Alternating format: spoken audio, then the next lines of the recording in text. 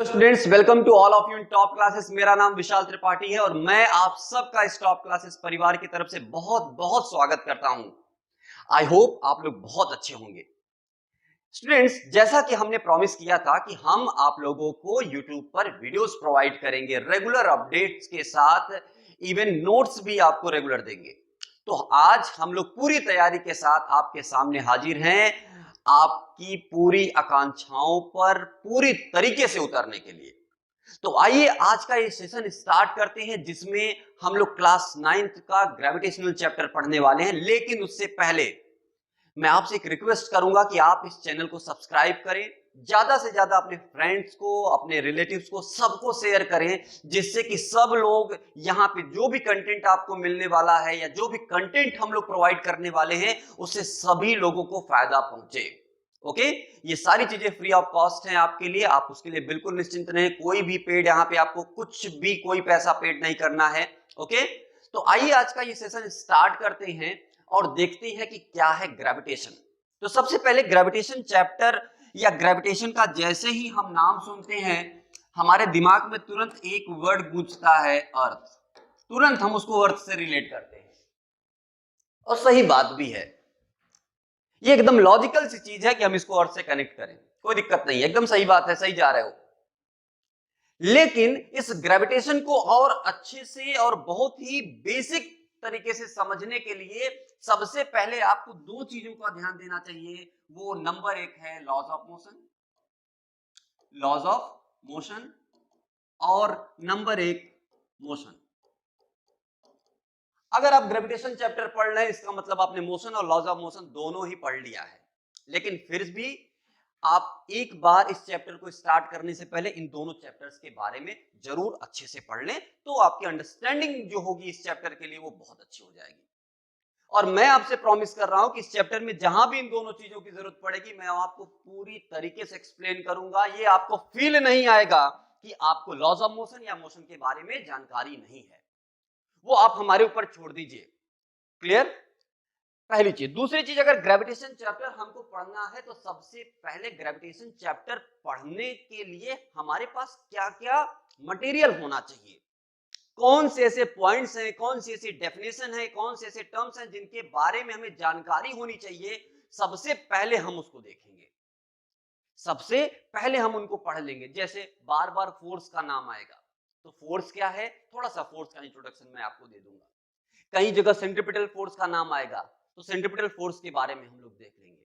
कहीं पे मास आएगा, वहां पे हम मास के बारे में पहले ही देख लेंगे। तो जब ये कंटेंट हमारे पास पहले से रहेगा तो ग्रेविटेशनल चैप्टर की अंडरस्टैंडिंग लेवल जो होगी हमारे लिए वो बहुत ही अच्छी होगी।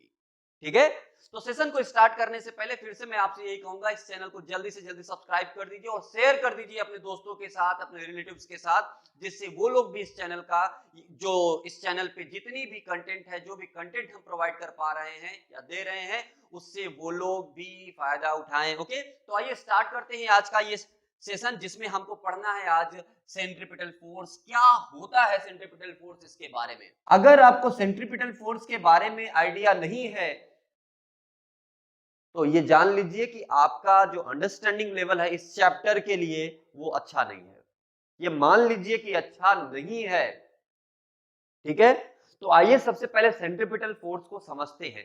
तो सबसे पहले हम देखते हैं कि सेंट्रीपिटल फोर्स है क्या, किस तरीके से सेंट्रीपिटल फोर्स मतलब एग्जिस्ट करता है, कैसे आता है।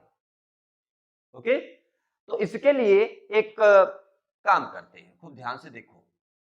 एक छोटा सा तरीका जिससे मैं एक्सप्लेन कर रहा हूं इसको देखिए। मान लीजिए एक ऑब्जेक्ट है, ये ऑब्जेक्ट इस डायरेक्शन में जा रहा है, इसकी वेलोसिटी की डायरेक्शन इस तरफ है।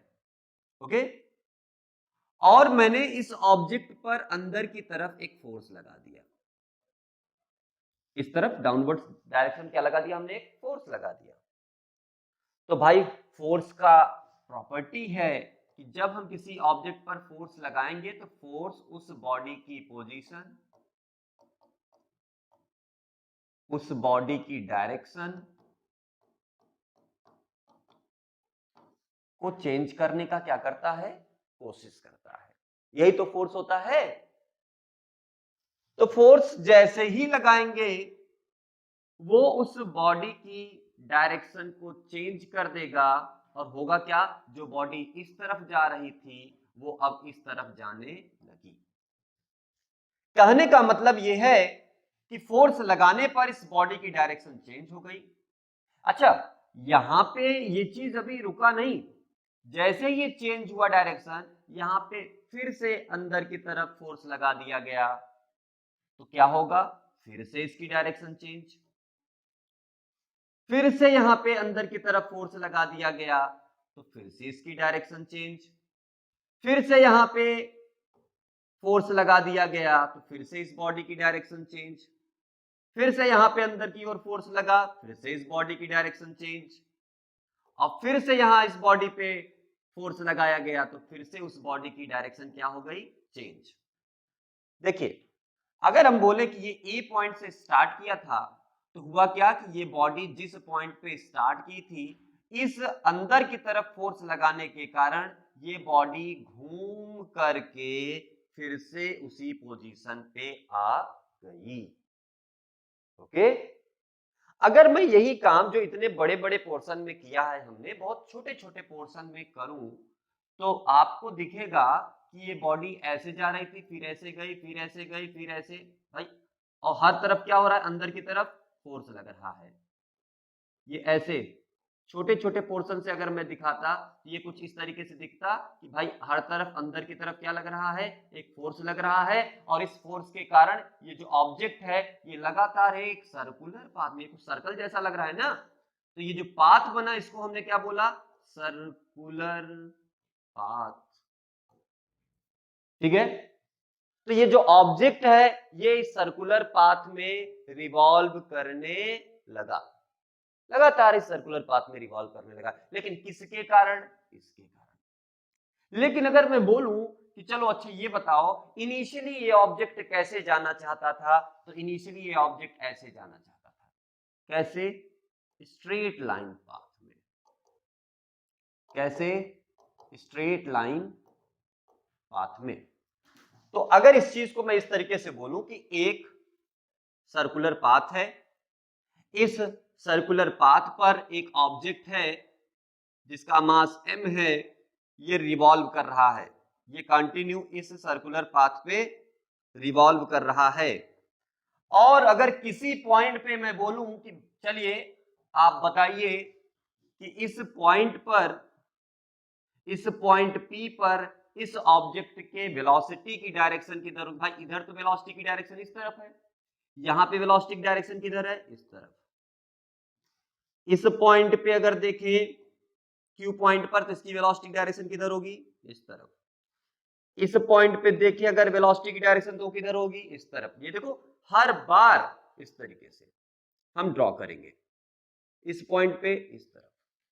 अगर आप इसको ध्यान से देखो तो ये कुछ ऐसा है जो हमने मैथमेटिक्स में पढ़ा है। क्या पढ़ा है कि एक सर्कल है, इस सर्कल के एक पॉइंट से टच करती हुई कोई लाइन निकल जा रही है तो उसको हम बोलते हैं टेंजेंट। क्या बोलते हैं, टेंजेंट बोलते हैं ना। तो अगर आप देखो ध्यान से तो ये जो वेलोसिटी है, इस वेलोसिटी की जो डायरेक्शन है, ये डायरेक्शन किधर है, एक टेंजेंट की तरह है कि नहीं।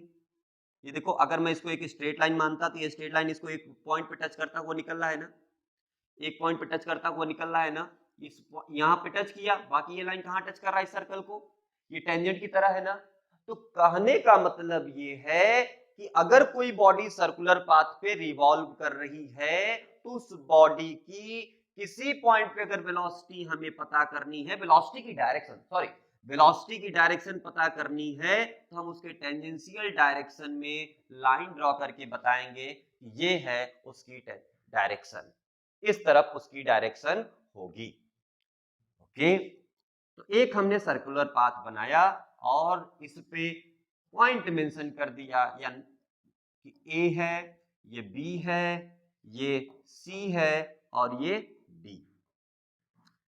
जो ऑब्जेक्ट है वो आपका ऐसे क्लॉकवाइज घूम रहा है, किसकी तरीके से, क्लॉकवाइज, ये ऐसे क्लॉकवाइज घूम रहा है, यानी ए से बी। देखिए अगर इसको मैं वॉच की तरह कंसीडर करूं, एक घड़ी है तो ये 12 के बाद 3 होगा, फिर ये 6 होगा, फिर ये 9 होगा, तो 12 से 3 का मतलब ये क्लॉक की डायरेक्शन में घूम रहा है, इसीलिए हमने इसको क्या बोला, क्लॉकवाइज। अगर इस तरफ घूमता 12 से 9 की ओर तो हम क्या बोलते, एंटी क्लॉकवाइज, क्लॉकवाइज की अपोजिट डायरेक्शन यानी एंटी क्लॉकवाइज। ओके, तो क्लॉकवाइज क्या है समझ में आया ना आपको? तो मैं बोल रहा हूँ ऑब्जेक्ट क्लॉकवाइज घूम रहा है, यानी पहले ऑब्जेक्ट कहाँ पे था, यहाँ पर, फिर ऑब्जेक्ट कहाँ पहुंचा, यहाँ पर, फिर ऑब्जेक्ट कहाँ पहुंचा होगा, यहाँ पे, फिर ऑब्जेक्ट कहाँ पहुंचा होगा, यहाँ पे, फिर से यहाँ आएगा। ऐसे ही कंटिन्यू ये रिपीट कर रहा है। अब अगर मैं बोलूं ए पॉइंट पर ऑब्जेक्ट के वेलोसिटी की डायरेक्शन किधर होगी, तो इस पॉइंट से इसी डायरेक्शन में हम एक टेंजेंट ड्रॉ कर देंगे और बोलेंगे कि ये इसकी वेलोसिटी की डायरेक्शन है। अब ये जो वेलोसिटी है, इस वेलोसिटी को हम लोग बोलते हैं लीनियर वेलोसिटी। क्या बोलते हैं, लीनियर वेलोसिटी। इस पॉइंट पे जो ऑब्जेक्ट की वेलोसिटी होगी वो किधर होगी, डाउनवर्ड डायरेक्शन, क्योंकि इधर अगर इस पॉइंट पे टेंजेंट ड्रॉ करेंगे तो इधर ही तो जाएगी भैया। ओके, तो ये भी कौन, ये भी क्या होगा इसकी, बी। इस पॉइंट पे अगर देखेंगे तो वेलोसिटी किधर है, इस तरफ, इस पॉइंट पे देखेंगे तो वेलोसिटी किस तरफ है, इस तरफ। तो आई थिंक आपको अब समझ में आ गया होगा कि वेलोसिटी हम हर पॉइंट पे कैसे दिखा सकते हैं। अब एक चीज आप समझिए, वेलोसिटी आपकी एक वेक्टर क्वांटिटी है। वेक्टर क्वांटिटी का मतलब क्या होता है, वेक्टर क्वांटिटी का क्या मतलब होता है, physical quantity which has both magnitude, which has both magnitude and direction, उसे हम क्या बोलते हैं, उसे हम बोलते हैं वेक्टर क्वांटिटी। मैग्नीट्यूड का मतलब क्या होता है, उसके पास कितना अमाउंट है। अमाउंट का मतलब क्या है, जैसे मैं बोलूं कि एक बाइक है वो 100 किलोमीटर पर आवर की स्पीड से जा रही है, कितने से, 100 किलोमीटर पर आवर की स्पीड से वो जा रही है बाइक। तो हम कहेंगे कि उस बाइक के स्पीड की जो या वेलोसिटी की जो वैल्यू है वो वैल्यू कितनी है, 100 किलोमीटर पर आवर। तो 100 किलोमीटर पर आवर उस बाइक के वेलोसिटी का क्या निकला, मैग्नीट्यूड। वो अमाउंट बता रहा है कि किस वेलोसिटी से या कितनी वेलोसिटी से वो ऑब्जेक्ट मूव कर रहा है। क्लियर? तो जब भी कभी आपको किसी क्वांटिटी का मैग्नीट्यूड पता करना हो तो हमेशा अपने आप से क्वेश्चन कीजिएगा कि हाउ मच। क्लियर? आपको क्या क्वेश्चन करना होगा, हाउ मच, कितना। जैसे ही आप ये क्वेश्चन करेंगे और जो आंसर आपको मिलेगा वही आंसर आपका क्या होगा, मैग्नीट्यूड। अगर मैं बोलूं कि वो बाइक जा रही थी, बहुत तेजी से जा रही थी, तो हमने पूछा कि कितनी तेजी से, तो उसने बताया 100 किलोमीटर पर आवर की स्पीड से जा रही थी, यानी मैग्नीट्यूड हमें पता चला। हाउ मच पूछने से हमें मैग्नीट्यूड पता चला ना, तो ये चीज आप दिमाग में रखेंगे। ओके, तो इस चीज को ध्यान दीजिएगा। अब अगर मैं बोलूं ये ऑब्जेक्ट घूम रहा है, तो हर पॉइंट पे अगर ए पॉइंट पे बात हम करें तो ए पॉइंट पे वेलोसिटी की डायरेक्शन किधर है, इस तरफ। बी पॉइंट पे वेलोसिटी की डायरेक्शन किधर है, इस तरफ। सी पॉइंट पे वेलोसिटी की डायरेक्शन किधर है, इस तरफ। डी पॉइंट पे वेलोसिटी की डायरेक्शन किधर है, इस तरफ। इसी तरीके से और भी डिफरेंट पॉइंट पे हम देखेंगे। अगर मैं आपसे कहूं कि इस पॉइंट पे वेलोसिटी की डायरेक्शन इसके टेंजेंशियल डायरेक्शन में, इस पॉइंट पे वेलोसिटी की डायरेक्शन इसके टेंजेंशियल डायरेक्शन में, इस पॉइंट पे वेलोसिटी की डायरेक्शन इसके टेंजेंशियल डायरेक्शन में, इस पॉइंट पे वेलोसिटी की डायरेक्शन इसके टेंजेंशियल डायरेक्शन में, तो हर पॉइंट पे वेलोसिटी के पास डिफरेंट डिफरेंट डायरेक्शन है। इसका मतलब है कि if a body travelling on a revolving on a circular track, तो उसके पास हर पॉइंट पे डिफरेंट डिफरेंट वेलोसिटी होगी। हर पॉइंट पे उसकी वेलोसिटी डिफरेंट डिफरेंट होगी, अलग अलग होगी, भिन्न भिन्न होगी। क्यों भिन्न भिन्न होगी, क्योंकि हर पॉइंट पे उस ऑब्जेक्ट के पास जो वेलोसिटी होगी उसकी डायरेक्शन अलग अलग होगी। और अगर वेलोसिटी की डायरेक्शन बदल गई, वेलोसिटी की डायरेक्शन बदल गई तो वेलोसिटी भी बदल जाती है, क्योंकि वेलोसिटी क्या है, एक वेक्टर क्वांटिटी है। और वेक्टर क्वांटिटी की प्रॉपर्टी होती है कि मैग्नीट्यूड बदल जाए तो भी वो बदल जाता है और उसकी डायरेक्शन बदल जाए तो भी वो बदल जाता है। तो वेक्टर क्वांटिटी के साथ ये बातें हैं।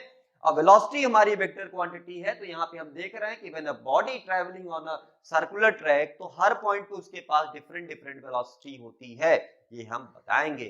तो कभी भी आपसे कोई पूछे कि इफ, जैसे मैं आपसे पूछ लूं, if a body travelling on a circular track with uniform speed, देखिए बहुत अच्छा क्वेश्चन है। मैंने पूछा if a body travelling on a circular track with a uniform speed, लिख लेते हैं if a body moving on a circular track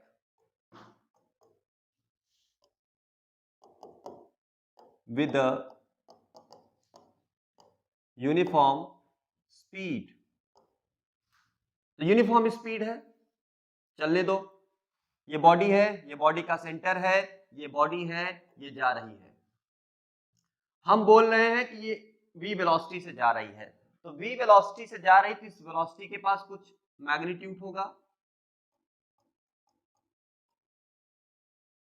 और कुछ डायरेक्शन होगा, यही तो पढ़े हो। वेलोसिटी की एक डेफिनेशन होती है, आपको ध्यान से देखो, वेलोसिटी की एक डेफिनेशन होती है कि स्पीड विथ डायरेक्शन को हम क्या बोलते हैं, वेलोसिटी बोलते हैं। स्पीड अगर डायरेक्शन के साथ हो तो वो क्या हो जाएगी, वेलोसिटी। जैसे मैं बोलूं कि एक बाइक है और ये बाइक ईस्ट डायरेक्शन में जा रही है, किधर, ईस्ट की तरफ जा रही है विद 100 मीटर पर सेकेंड, ठीक है, 100 मीटर पर सेकेंड की स्पीड से ये ईस्ट में जा रही है, तो एक्चुअली ये स्पीड नहीं, अब ये वेलोसिटी दिया है, भले स्पीड बोल रहा है, क्यों, क्योंकि 100 मीटर पर सेकेंड के साथ ईस्ट ऐड कर दिया, इसका मतलब डायरेक्शन फिक्स है कि किस तरफ ये जा रहा है। अगर ये केवल ये बोलता कि ये बॉडी 100 मीटर पर सेकेंड की स्पीड से जा रहा है, कहां जा रहा है, किस डायरेक्शन में जा रहा है, कुछ नहीं दिया है, तो हम कहेंगे तब ये 100 मीटर पर सेकेंड हमारा क्या बन गया, स्पीड बन गया, क्या बन गया, स्पीड बन गया। ओके, तो I think speed velocity clear होगी। हालांकि इसका सेपरेट वीडियो है, आप वहां पे जा करके देख सकते हैं कि वहां पे स्पीड और वेलोसिटी क्या है, इसके बारे में करीब 7 से 8 डिफरेंसेस हैं जो मैंने आपको वहां पे बताए हैं, आप जाके देख सकते हैं। बाकी बेसिक डिफरेंस जो है वो मैंने आपको यहाँ पे बता दिया, ठीक है। खैर, तो अगर मैं बोल रहा हूं यूनिफॉर्म स्पीड, तो एक्चुअल में जो स्पीड होती है वो वेलोसिटी का क्या होता है, मैग्नीट्यूड होता है, क्या होता है, मैग्नीट्यूड। ओके, तो मैग्नीट्यूड प्लस डायरेक्शन दोनों हो तभी तो वेलोसिटी बनेगी, वेक्टर क्वांटिटी। क्लियर है, साफ साफ बात है। स्पीड विद डायरेक्शन, स्पीड ये क्या है, मैग्नीट्यूड है किसका, वेलोसिटी का, इसका मतलब ये एक वेक्टर क्वांटिटी है। बात पूरी हो गई ना, डेफिनेशन हमारी कंप्लीट है। तो आओ देखो, अगर ये यूनिफॉर्म स्पीड से जा रहा है तो यूनिफॉर्म स्पीड ये बता रहा है कि उसका मैग्नीट्यूड भी यूनिफॉर्म है, यानी वेलोसिटी का मैग्नीट्यूड यूनिफॉर्म है, यानी ऑब्जेक्ट 10 मीटर पर सेकेंड से इस सर्कुलर पाथ पे रिवॉल्व कर रहा है, कितने से, 10 मीटर पर सेकंड, यानी इस पॉइंट पे, ए पॉइंट पे देखेंगे तो 10 मीटर पर सेकंड इसकी वेलोसिटी है, बी पॉइंट पे देखेंगे तो इसकी वेलोसिटी 10 मीटर पर सेकंड है इस बी पॉइंट पे, सी पॉइंट पे देखेंगे तो इसकी वेलोसिटी कितनी है, इसकी वेलोसिटी है 10 मीटर पर सेकेंड, डी पॉइंट पे देखेंगे तो इसकी वेलोसिटी कितनी है, 10 मीटर पर सेकेंड। लेकिन क्या ये वेलोसिटी सेम है हर पॉइंट पर, जी नहीं, बिल्कुल नहीं। क्यों, क्योंकि इस पॉइंट पे वेलोसिटी की डायरेक्शन इस तरफ है, इधर डाउनवर्ड है, इधर लेफ्ट साइड है, इधर अप की है, ऊपर की ओर है। क्लियर है कि नहीं। तो आई थिंक आपको समझ में आ गया होगा कि हर पॉइंट पे वेलोसिटी अलग अलग है, भले स्पीड अगर सेम हो, लेकिन हम देखो स्पीड सेम का मतलब क्या है, मैग्नीट्यूड हर जगह सेम है ना, हर पॉइंट पे मैग्नीट्यूड आपको सेम मिलेगा, लेकिन डायरेक्शन क्या है, अलग अलग है। तो इस तरीके से हम कह सकते हैं कि when a body moving on a circular track with uniform speed, in that situation होगा क्या, उसकी वेलोसिटी तब भी डिफरेंट डिफरेंट आनी है। ओके, तो अगर कोई, अच्छा, अब ये बॉडी सर्कुलर पाथ पे रिवॉल्व कर रही है, तो इसका मतलब अंदर की ओर क्या लग रहा होगा, सेंट्रीपिटल फोर्स। वो जो फोर्स अंदर की ओर लग रहा है, जो इसको इस सर्कुलर पाथ पर घूमने के लिए मजबूर कर रहा है, उससे कनेक्ट करो। अब जो इस ऑब्जेक्ट को इस सर्कुलर पाथ पर घूमने के लिए मजबूर, भाई ये तो इधर जाना चाहती थी ना, वो तो इसने पकड़ के खींच लिया। ये तो इधर जाना चाहता था ना, इसको तो पकड़ के इसने खींच लिया। ये इधर जाना चाहता था, फिर इसने पकड़ के इधर खींच लिया। ये तो इस तरफ जाना चाहता था, फिर इधर खींच लिया। तो हर बार तो इसकी डायरेक्शन चेंज कर रहा है ना ये। क्लियर है कि नहीं? तो ये सेंट्रिपिटल फोर्स है जो इस ऑब्जेक्ट को बांध रहा है, बाउंड कर रहा है कि आप इस सर्कुलर पाथ पे रिवॉल्व करो। क्लियर है कि नहीं? तो ये सेंट्रिपिटल फोर्स रिस्पॉन्सिबल है इस बॉडी की सर्कुलर मोशन के लिए। क्लियर है कि नहीं? तो ये आप ध्यान में रखेंगे। तो आई थिंक सेंट्रिपिटल फोर्स आपको आइडिया थोड़ा सा लगा होगा कि सेंट्रिपिटल फोर्स क्या है, और अगर बॉडी पे सेंट्रिपिटल फोर्स लग रहा है तो उसके कारण से क्या क्या चीजें होंगी। अच्छा, इस सेंट्रिपिटल फोर्स की डायरेक्शन किधर होती है? जिस सर्कुलर पाथ पे ये रिवॉल्व कर रहा है बॉडी, उस सर्कुलर पाथ के सेंटर में, सेंटर की ओर, उस सर्कुलर पाथ के सेंटर की ओर ही क्या होता है? उस सेंट्रिपिटल फोर्स की डायरेक्शन, जिसके कारण से वो बॉडी सर्कुलर पाथ पे रिवॉल्व कर रही है। आई थिंक आपको ये चीजें समझ में आ गई होगी। तो आइए आ जाते हैं स्लाइड पे अपने और देखते हैं कि क्या दिया हुआ है इसमें। ओके, सिंपल सी चीज है। इसमें आप देखो हो क्या रहा है। इसमें ये देखिए मून है, ये क्या है हमारी मून, सॉरी एक सेकेंड, इसको, ये क्या है? मून। और ये क्या है? ये है अर्थ। तो जाहिर सी बात है ये मून इस अर्थ के चारों ओर क्या करेगा? रिवॉल्व करेगा। क्या कर रहा होगा? रिवॉल्व कर रहा होगा। आपको ध्यान से देखो, मून अगर अर्थ के चारों ओर रिवॉल्व कर रहा है तो नो डाउट इस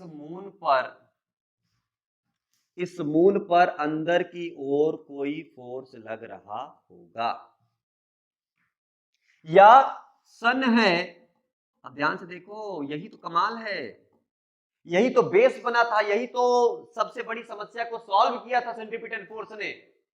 ये जो ग्रेविटेशनल निष्कर्ष पे पहुंचे हैं आप, इस निष्कर्ष के पहले ये जो जर्नी थी जिसके थ्रू होते हुए ग्रेविटेशन आया, ग्रेविटेशनल फोर्स जन्म लिया, उस जर्नी को अभी हम फील कर रहे हैं। तो ध्यान से देखिए, तो अगर ये सन है, इस सन के अराउंड अगर कोई अर्थ रिवॉल्व कर रही है इस ऑर्बिट में, ऑर्बिट का मतलब वो कक्षक, वो ऑर्बिट का मतलब होता है वो पाथ, एक्चुअली ये पाथ को ही बताता है, ये सबसे अच्छा वर्ड है। वो पाथ जिसमें वो ऑब्जेक्ट रिवॉल्व कर रहा हो वो उसका क्या होता है? ऑर्बिट। जिस सर्कुलर पाथ पे ऑब्जेक्ट रिवॉल्व कर रहा होता है वही उसका क्या होता है? ऑर्बिट। ओके, तो ये हमारा ऑर्बिट है, ये, और ये हमारा ऑब्जेक्ट है एम, ये है हमारा सन, या मान लेते हैं ये हमारा अर्थ है। एक सेकंड, कलर ले लेते हैं तो आसानी रहेगी। ये क्या है? अर्थ। तो अर्थ, हमारी ग्रीन अर्थ, जो कि अभी ग्रीन नहीं रह गई है, उसका कारण खुद हम लोग हैं। तो कृपया अपने अर्थ को सेव करिए, खूब सारा पेड़ पौधा लगाइए, अदरवाइज आज कोरोना आया है, कल कोरोना का भाई आएगा।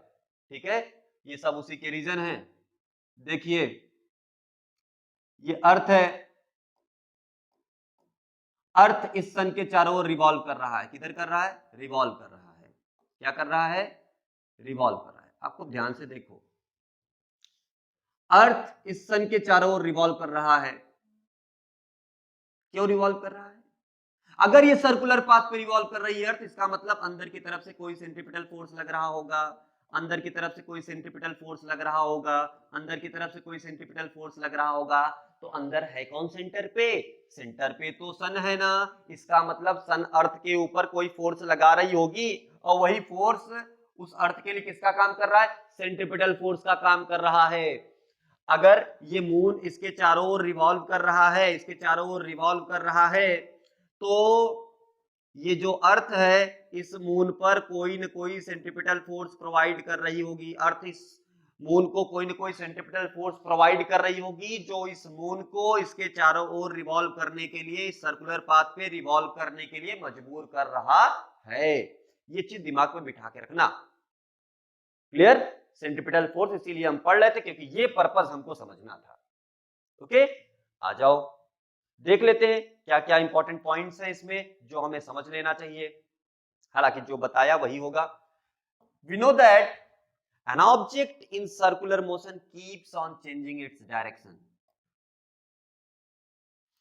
अगर कोई ऑब्जेक्ट सर्कुलर पाथ पे रिवॉल्व कर रहा है, सर्कुलर पाथ पे रिवॉल्व कर रहा है, तो हर पॉइंट पे उसकी डायरेक्शन डिफरेंट डिफरेंट होगी। तो ये कोई नई बात नहीं है, हमने देख लिया इसको।